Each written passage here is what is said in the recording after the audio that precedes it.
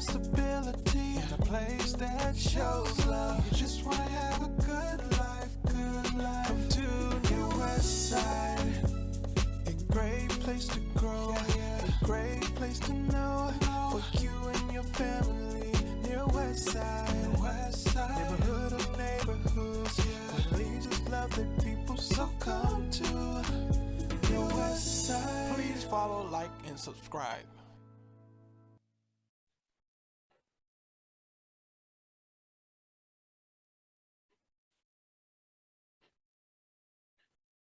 Thank you, Elizabeth, for getting us started with that lovely video. And I'm glad we documented the near west side sign over on Clybourne and 35th because it's gone. So welcome, everybody. I am going to start my screen share and I will be bringing Keith Stanley on to give us an introduction. Keith, please show yourself. Hello. Oh, hello, Barb. Can you hear me? I can hear you. Thank you. Hello, everyone. How are you doing? It's an honor and privilege to be joining you today via Facebook and Zoom and wherever else you're connecting us with. I think we're even going to try to have this on LinkedIn. It's just great to see everybody. This is what we've been doing in the Newer Side since the pandemic, and we love to be able to connect with not just our residents and our businesses, but also the employers and employees of the Newer Side, because there's a number of different things that are important to us as we look at a healthier community. Just a couple of things I just want to share. First, if you're interested in learning more about the Near West Side Partners and all the things we're doing, like our upcoming cleanups, our Live, Work, Play programming, our health initiatives, our housing initiatives, and the list goes on, please visit our website, visit us on Facebook, visit us on LinkedIn, visit us on Twitter and all the other social media applications we have. And I'm really excited working with Dr. Dan Pinto, working with Barb, Scotty, and working with Dr. Abigail Keller on the PCORE program for the past 3 years. We've been working with our community for the past 3 years, listening to the voices of the employee regarding health and wellness in the workplace and the value add. And the reason why I think it's really important, we all have suffered or been challenged in some way when we think about this pandemic, the burnout, the struggle to be able to balance life and work and to deal with all the responsibilities come along with life and it comes along with our workplace.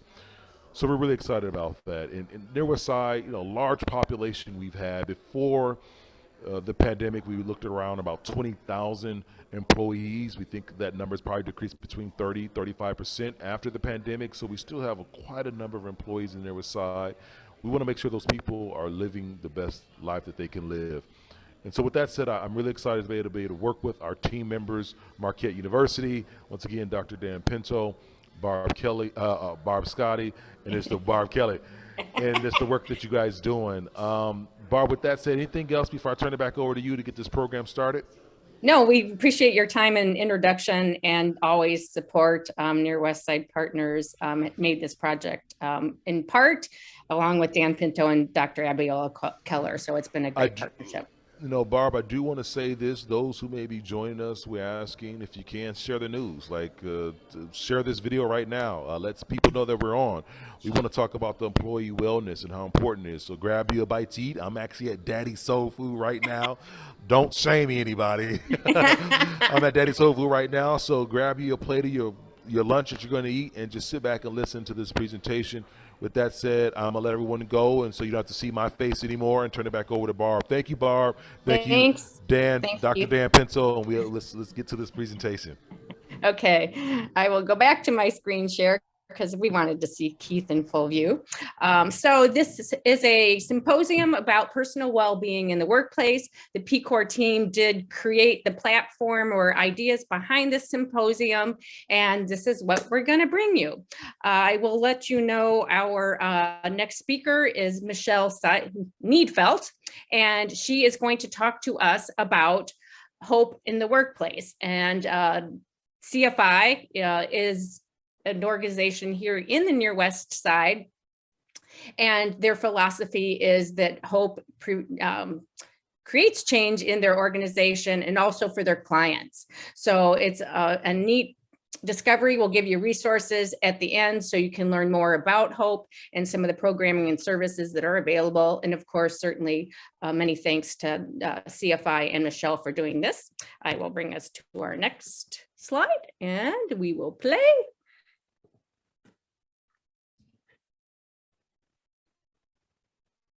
Oops.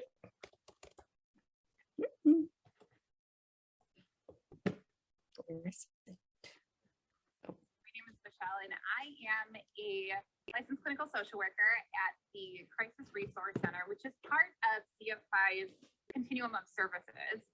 The crisis centers do subacute psychiatric treatment for adults with severe and persistent mental illness who are in a crisis. And so we have just been seeing this power of hope over the years. We started in 2007 with our first crisis center, and now we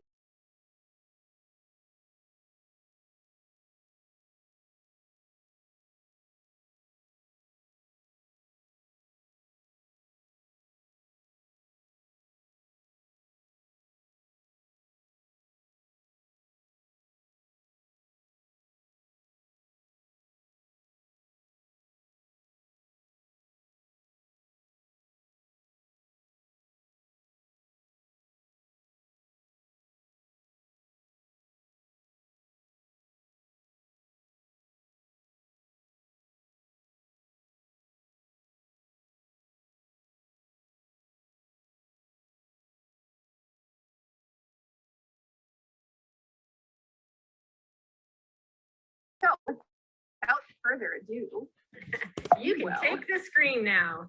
come to my lovely PowerPoint. Yay, thank you.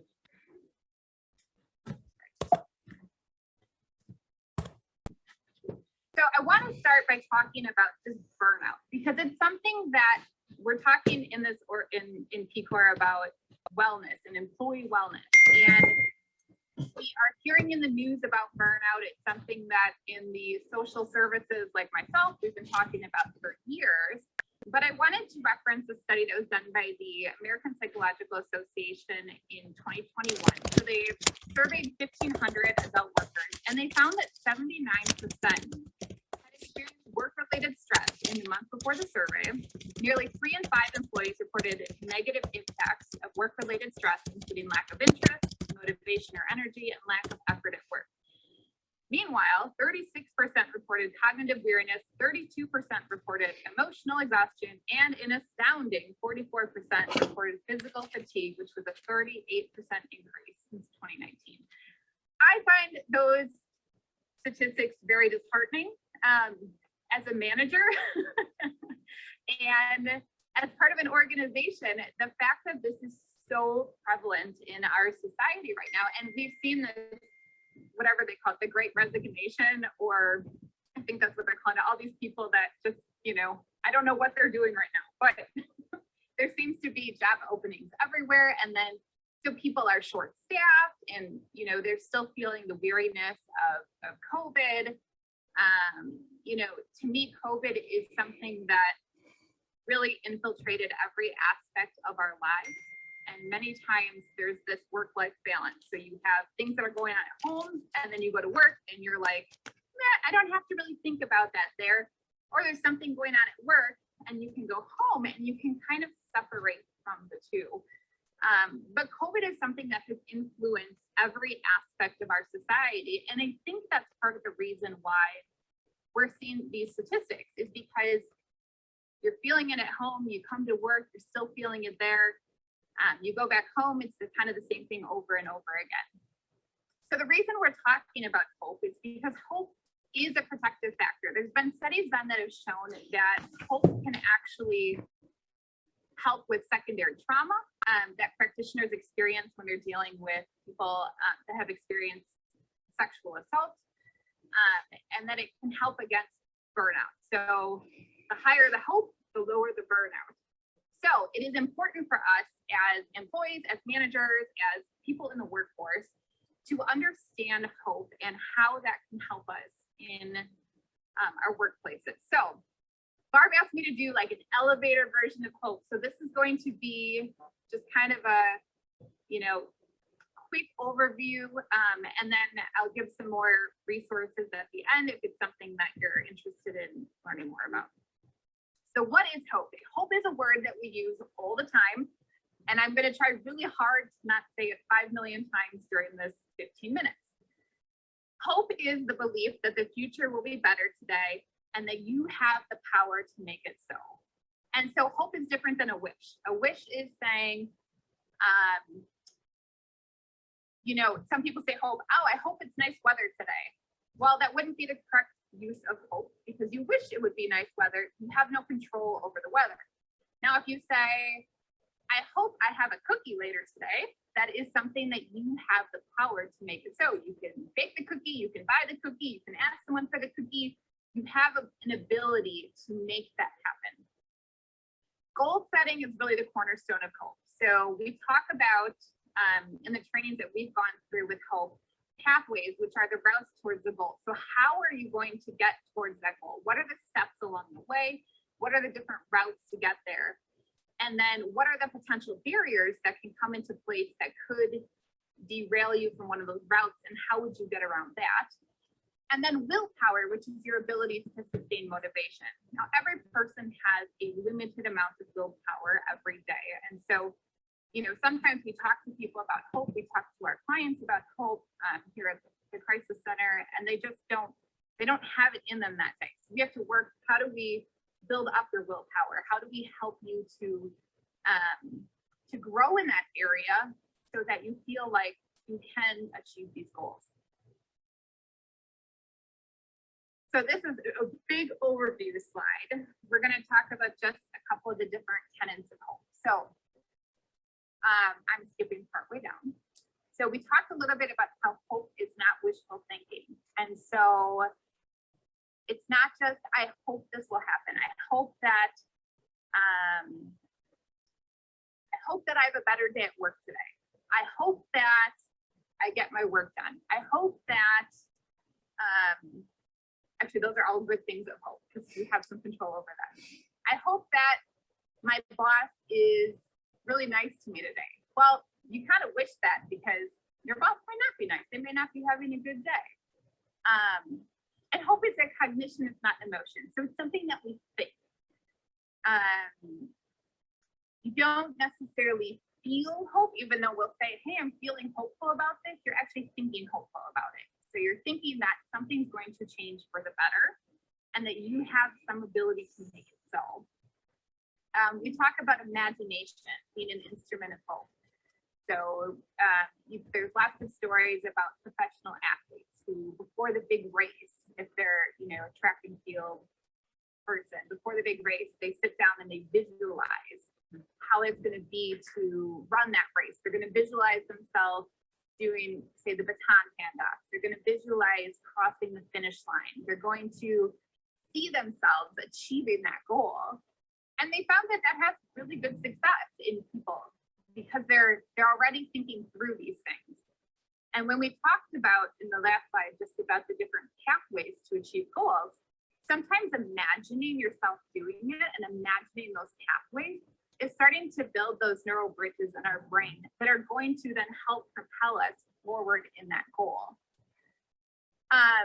Hope begets hope. That's what I want to talk about a lot because I like that one. So we talk about the goals. Once you achieve a goal, it kind of boosts your willpower to the next goal. So once you start having hope about something and you see, all right, I had this goal yesterday, and maybe it's just a small goal of, I'm going to, I don't know, sweep and mop after work, or I don't know, whatever it is. And you achieve it, and you're like, all right, I got this. Now you set your next goal, and you have an increased willpower for that goal because you see that it's successful, and you can look back on where you've been successful in your goals to help motivate you forward. Hope begets hope. And I look at this a lot in the workforce. So I look at this in my work with my clients at the CRC. If I am struggling with hope, it is hard for me then to give hope to my clients. But if I come in and I'm like, look, like, you can do this. Let's work on this goal. Let's work on the different ways to achieve this goal. What are the things that could come up that would be a barrier, and how would we get around that? I can help them to grow in their hope. If I look at my employees, if I come in and I'm like, this is so bad, everything's horrible, and I'm complaining and I'm whining and I'm upset about my clients, I'm upset about my work, whatever it would be, it's harder for me then to pass on hope to them. And so it's a really important concept to understand for us that hope begets hope. Hope brings about more hope. If you have someone that's a low hope person, they just, they're feeling very just down about a lot of things. Let's start small. Let's start small with something that they can achieve. Let's start small with not this overarching goal of, let's save the world, but maybe it's something just small that they can do that day. And once they see that go forward, it's easier for them to believe for more. We also talk about hope being a social gift. So it's within community. And we talk about in the workplace, hope being collective hope and individual hope. So while I might have individual hope over things in my life, we want our organization to have a collective hope. And that is part of the thing that CFI is working towards. What are the collective goals that we have? What is our collective hope? How are we as an agency going to come together? And as you know, just in life, when you have a common goal, it brings people together and it helps them to feel like they're part of something. And so we want to, in our organization, start to have this collective hope. What are our goals? What is our vision? And do we have people standing behind that vision? Is this a vision from someone up top, or is this a vision that the whole organization is getting behind? And can we come together, create our goals, and grow in hope along the way for that? And then finally, hope can be taught. So, I think we all know people that are not very hopeful people. I know at times I have been a very not hopeful person.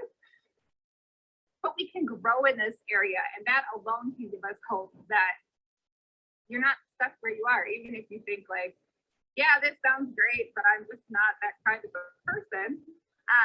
Let's start small. Let's start growing in that hope area. Can I pop in and ask a quick question? Or actually, it's more reinforcing what you're saying, and especially as you spoke towards the collective hope. That really speaks to leadership taking a role and providing the platform and showing hope. Yeah. And so you kind of get that sense of that's where, as a culture at CFI, why you all are hopeful, because that's been the attitude from your leadership.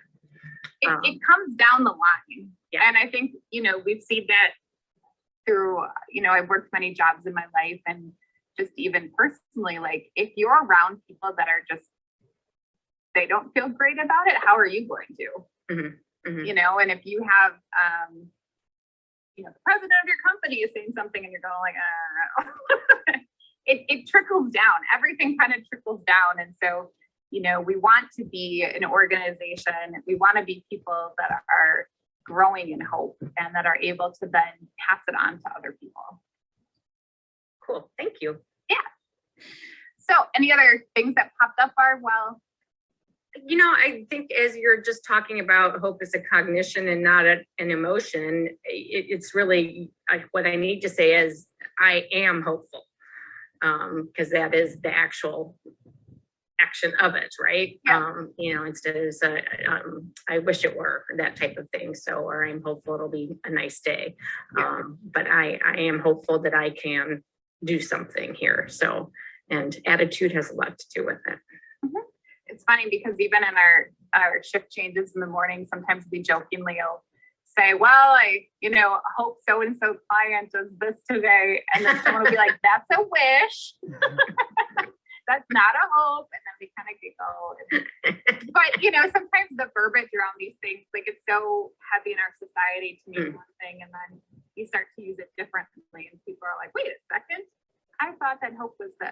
So that's why we talk about it as the science of hope, because it's measured. There's actually different tools you can use to measure hope. And we've done those with our clients. And so we're in the middle of doing one of that right now.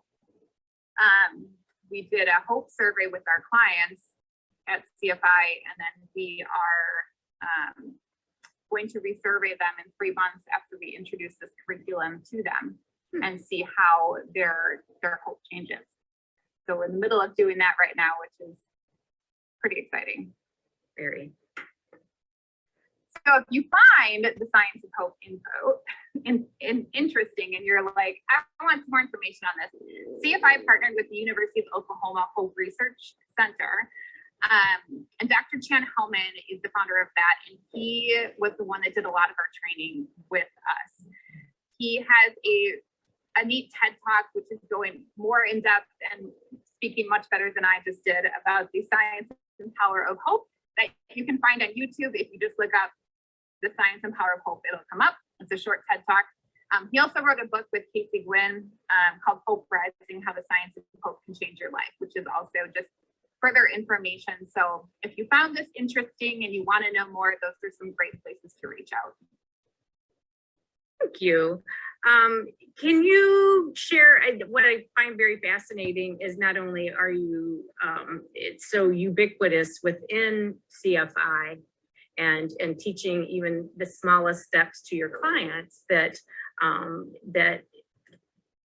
we've got to train ourselves to be able to make some of these changes and work our way through it and through success, which I'm assuming how you guys made it through COVID, because you never closed, right? We sure didn't. And honestly, it brought us together as a team, because it was funny. In the beginning, we're like, we're going down with the ship.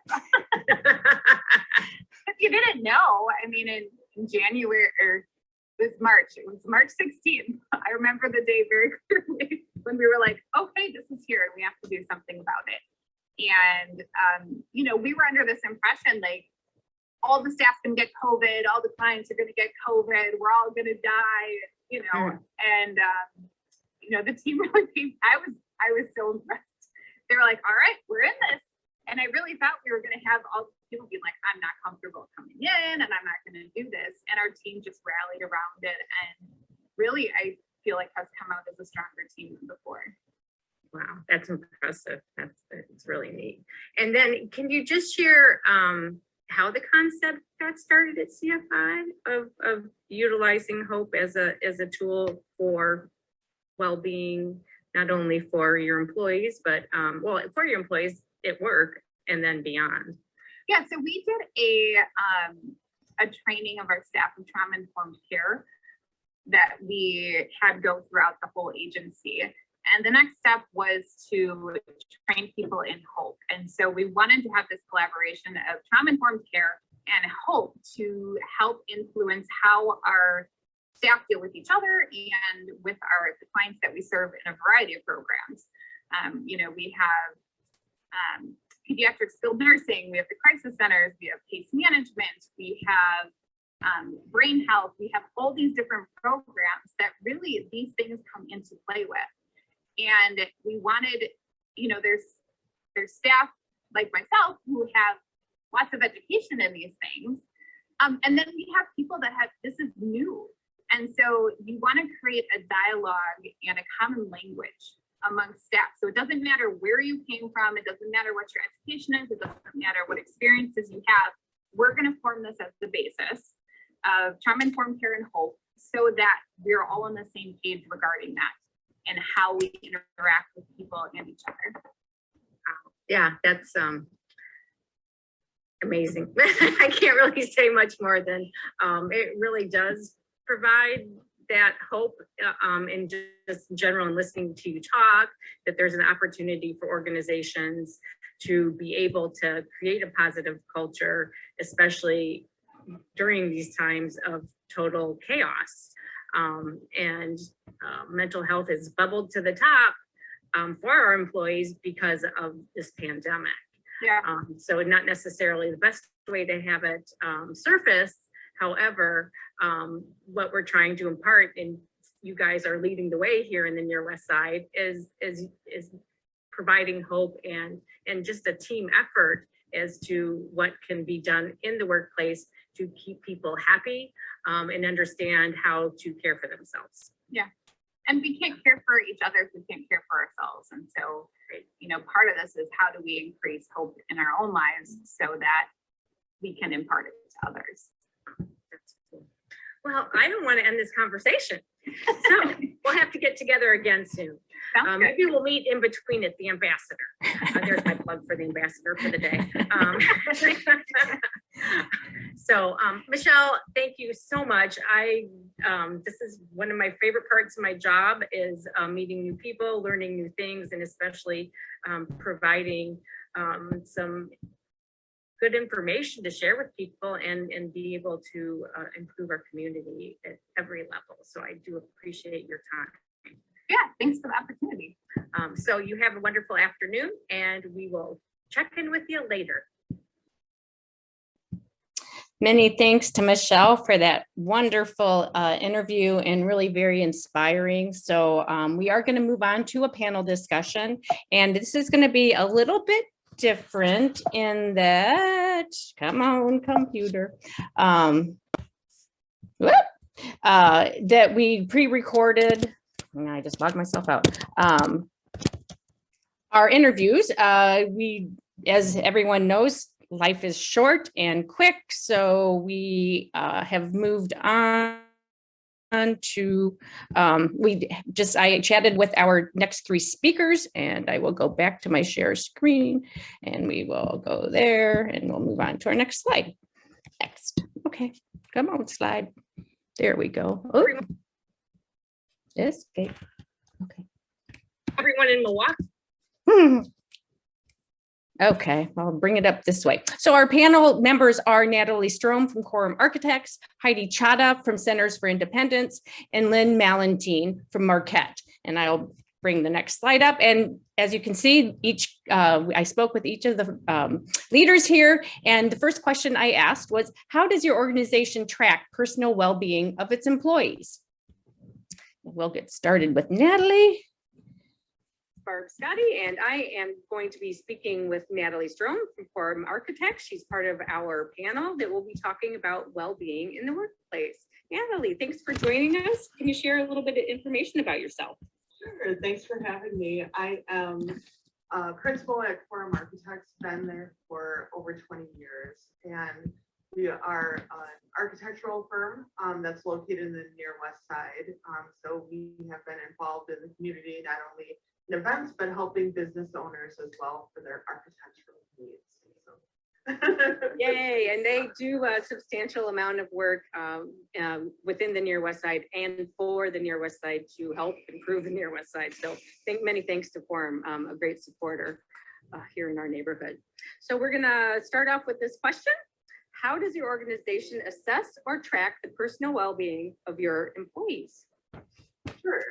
We are a smaller firm, so we don't necessarily have regulated or programs for our employees, but our culture is that we're very family oriented. So because we work closely with each other, we're very hands-on in a way. If we see somebody who's struggling, we reach out to them, or if others see people struggling, they reach out to me and other principals to kind of talk with them, make sure they're okay. But we also try to encourage non-work conversations as well. We have coffee on Friday mornings and talk about just what's coming for the weekend. The rule is we can't talk about work. And we also have beer 30 of what we call, and we kind of end the week and talk about how our week, and again, not talking about work. And just over cocktails if everybody's interested, or water or soda as well, just to have that. But a lot of the conversations, like veer to just funny situations or stories where we're able to learn more about each other, and just helps with like laughing and just getting that stress relief, I guess, within the office. But we have been trying to also meet in person for St. Patrick's Day. We had corned beef and cabbage at the office and celebrated on the side outside. It was a beautiful day. So a lot of us haven't seen each other in like years, literally 2 years in person. So it was great to reconnect with everybody. And so that was great to a little stress relief as well, and not, joked around and listened to music and ate some good food. So that was great. Well, that's awesome. And those are great examples of something a smaller firm can do that's not going to be cost prohibitive. It is very fun. And I think you guys might be able to trademark Beer 30. And then you can just put it on the website and let us know, and we'll join you. Sure. So, Welcome anyone. okay. Well, thank you for that. And we will move on to the next question. Okay, so we will move on to the next recording. I'm not sure that I'm doing this in the best fashion, but yeah, we're learning, and thank you for your patience, everybody. Next up is Heidi Chada.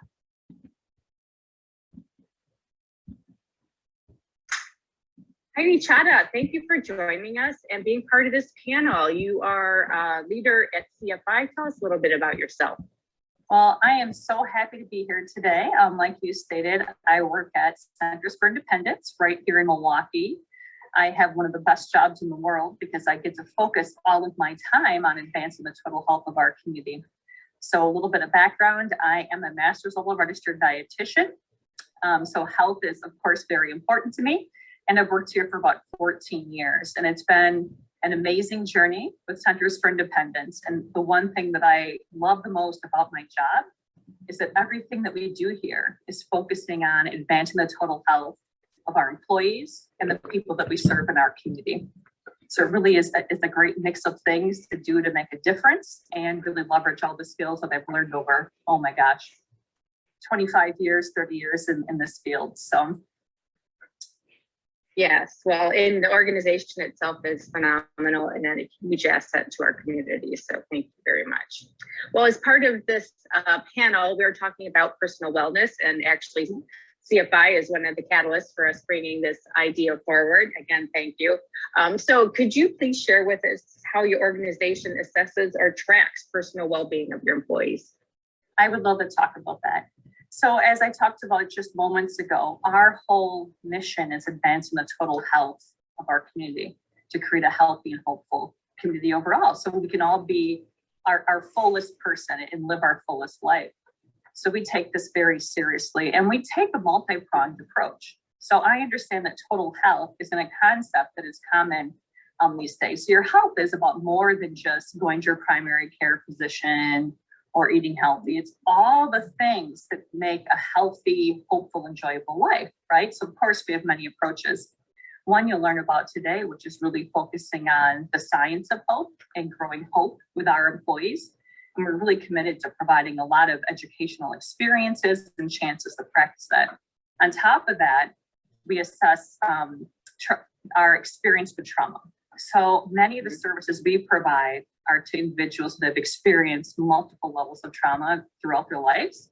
So we work with our staff so they can understand trauma in their own life and give a better perspective of how to most effectively work with someone who's experienced multiple levels of trauma throughout the course of their life. Those are some atypical things we think are really important, because if your staff aren't healthy, how are they going to have extra to give to the people that we're serving, right? So you really have to focus on those foundational things, being able to address trauma and to be able to help people build a hopeful life with specific goals attached to that. We also do some more traditional things, like our wellness committee. So we have many events throughout the course of the year, but people can participate in a variety of things. It could be anywhere from healthy eating. Of course, I'm a dietitian. I'm going to mention that first. To dealing with mental wellness, not just for yourself and your family, or financial stressors, how to relieve some of those. Those are linked to our network health partnership, when there's several categories that we work with our employees, from a health risk assessment to clinical findings, fitness, education, and lifestyle changes, and lots of different opportunities for our staff to engage in person, online, with a health coach. And how we measure that, it's actually a very prescribed process. You go in, you participate in all these different events. The more that you participate in and the more that you improve your health, for instance, reducing your blood pressure by 10%, you receive points. And with those points, you can get about $250 in gift cards every year. And twice per year, get a hefty sum taken off of your health insurance premium. So if you're not motivated simply by feeling better, we'll motivate you on the economic side. And then as you identify, like it might be you want to quit smoking or you want to lose weight, you can be connected with a lifestyle coach to have a very specialized program developed that you'll participate in and you'll feel better, right? And then, of course, you get points and it can give you rewards back in reduction of your premiums. There's also other parts that go into total health, like you're in the process of adopting a child, your parents are ill, you need to find a tutor. Well, we connect our employees with a complimentary employee assistance program where they can access all those things, get really specialized support so that they can focus on their total health again to bring their fullest self to work. So we measure participation in those events, but then we also, to us, the most important part is really focusing on that employee engagement. Do our staff feel that they're being supported and their healthy lifestyle is being supported? So we take a lot of time and energy to talk with our staff and openly and honestly survey and talk about employee engagement. Do you feel supported at work? Do you feel listened to? Are you able to bring your fullest person to work? So it's a multi-pronged approach, but I think the most important part is that every staff member is unique. Every work team is unique, and you need to take the time to stop and listen to what are the challenges they're experiencing right now, and what are some potential ways that we can help support them so that they can feel like their most healthy, well person, so they can bring that to work and share how much the couple of flows for the people that we're serving in the community. For sure. Well, thank you for that detailed explanation. And I think you really do hit it home, the basics of just that one-on-one connection and taking time with your colleague or employee. And that can just make the biggest difference for them and really is an easy way to assess how we take care of our employees. So thank you very much. Thank you. The one other thing I do want to add to that is we really value the conversations between staff and their supervisors or managers, that we take the time to have those conversations openly and honestly, so we truly understand who our workforce is and what do they need. So I would highly encourage all employers to provide training for supervisors and managers so they feel comfortable having those conversations, so you truly know what matters to your staff. Thank you. That's a great idea. Appreciate it. All righty. I guess I don't need to stop the share is what my mind is telling me, isn't it? Escape. Okay, we are going to go to Miss Lynn Mellentine, and she is from Marquette. She pre-recorded hers and did a great job. Give her lots of credit for taking the challenge on that way. So Lynn, we're going to have you join us.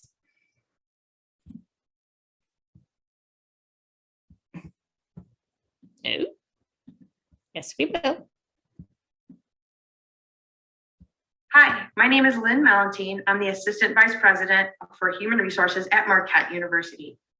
In line with our mission, Marquette cares for each of our employees and their personal success, health, and well-being.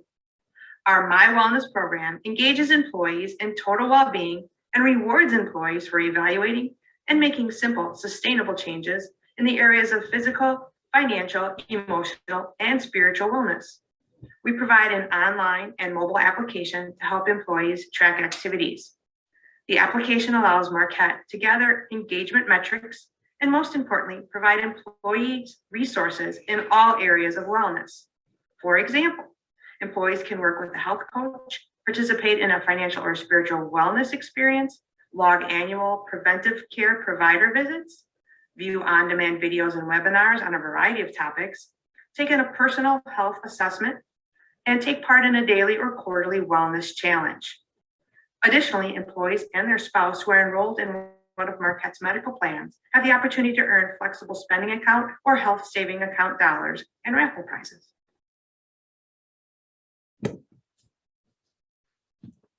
Okay, thank you, Lynn, for that. And then I will go to our next question. And the question here is, one more, sorry. Okay, there we go. share. Okay, well, and then Natalie, so the next question is, what should near West Side employees do to advance the future of personal well-being? And we will have Natalie from Quorum Architects give us a little explanation about what they do. 1, 2, 3. And a clap. Natalie, your final question. What should or could the Near West Side partners, employers, and employees do to advance the future of personal well-being?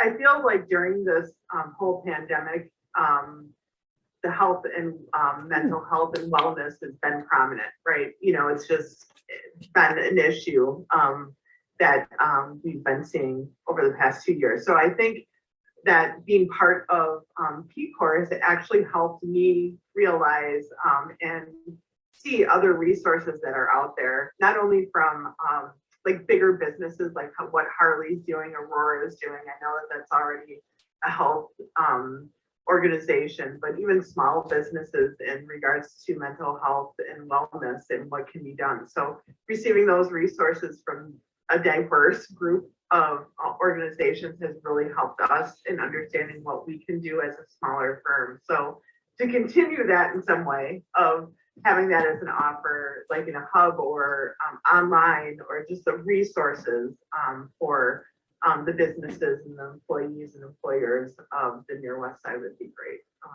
And just continue what we're already doing. So, Yeah. yeah. Well, thank you. And it's, folks will learn eventually at the end of this webinar where some resources are. We're very grateful for the team that has started PCORE, joined PCORE, and it just continues and works towards health and wellness for everybody in the Near West Side. So thank you so much for being part of this panel, and go have your beer 30. All right. I will. Thanks so much, Barb. Okay, and we have our last, Heidi will talk about how Near West Side partners can help advance wellness in our community and at our work site again. Last question for you, Heidi. What do you think employers and employees of the Near West Side do to advance health and wellness, and specifically personal well-being in the workplace? You know, one of the great things about working in the Near West Side is the immense amount of partnership throughout all of our organizations, our community partners, our employers. It really is refreshing, and it's a model. You know, I don't know of any other model that's quite like what happens here in the Near West Side. So the number one thing is understanding your employees and your workforce and what's important to them now, so that they can access the resources they need to advance their own total health, right? But partnership is the key. There's not one of us within the Near West Side, whether you're an employer, a service provider, that can provide for every need across our community for the people who live, work, play, and stay here, right? So we have to do this together. And one of the wonderful things that's happened out of a horrible situation of the pandemic is that we've all learned partnership is how we're going to not just survive, but thrive. So we all have gifts and assets to bring forward. A really great example of this, for example, was the Appreciative Inquiry Summit that happened last July. And out of that came 5 amazing work groups really focused on supporting our community in a way that they need right now. One that I'm involved with is called Concordia 27. And it's this hub where employees, residents, and visitors are able to access a variety of resources that will advance their total health, anywhere from accessing fresh food to health and wellness programming, to accessible community spaces, to co-oping space, resources that are focused on trauma-informed care and building up the wellness of people who provide resources in our community, the job training. Just an amazing collaboration that is created in this flexible environment, so we can continue to be meaningful well into the future and really help each other advance our total health. So partnership to me is the key. Thank you. I agreed. And I think one of our original taglines was the power of partnership. And we're all stronger together. And that's what we can do to not just support employers and employees, but the community at large, right? And we have a bright and healthy future together, because I think all of us have embraced that importance of partnership. So here's to a healthy future. Yay, us. Okay. Thank you, Heidi. Appreciate your time today. Have a Escape. And then let's wrap up with Lynn. And I really like there's a little bit of variation in theme of each of these, but they're all very thoughtful on ways that we can continue to improve our neighborhood and help our employees. And I hit that again. To advance personal well-being in the workplace, Near West Side partners, employers, and employees should create a culture of wellness by encouraging engagement in all types of wellness programming to meet the diverse needs of your workforce. Provide flexibility and choice, and make sure to communicate often about available resources. Thank you.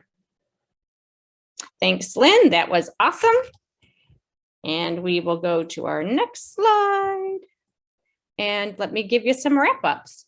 Again, thank you to everybody that was part of this webinar. It was a new adventure. As you can tell, my toggling between YouTube and the slides was not at its best because I've never done it before. So I think by the end, I felt like I got a rhythm. Unfortunately, it was the end. And then we also want to make sure that, let's go share here, that you share. That you know about our website, as Keith mentioned as we got started. It's we have a lot going there. We actually are just updating it now, and you will find that PCORE is going to have some new information, which leads you to the next point. Any employees here in the Near West Side are eligible to take a survey. We're really wanting to get in touch with employees about what they're doing. Are they coming to our area, what they like, and what we can continue to improve upon. So all employers and employees, keep your eyes out for that. If you have questions, my email is down there. And then finally, we're always in need of team members. So if you're an employer in the area, you can be any number of roles. We exactly as our panel is, it's not one specific role that the person plays at their organization. And then of course, what we're really trying to do is bring those employees in to share their thoughts and give feedback so employers have a better understanding of helping their employees. So again, with any of that, give me a call. My email is pcore@nearwestsidepartners.org. And then I'm going to put up the last slide. And again, it's the information that Michelle had left with us, and you can find those resources. Dr. Chan Hellman, you can go to their website actually, and the TED Talk is posted there, or you can Google it. And then she did mention the book. And finally, what I find very intriguing is that there's a Hope Research Center. And I guess that kind of gives you hope right there. So thank you, everybody. Heidi, Natalie, Lynn, Keith, Elizabeth, Dan Aviola. Glad to do this. I'm always invigorated by learning more and just knowing that there's so much opportunity for our employees and my neighbors, and it's always useful. So thank you for your time today, and have a good afternoon.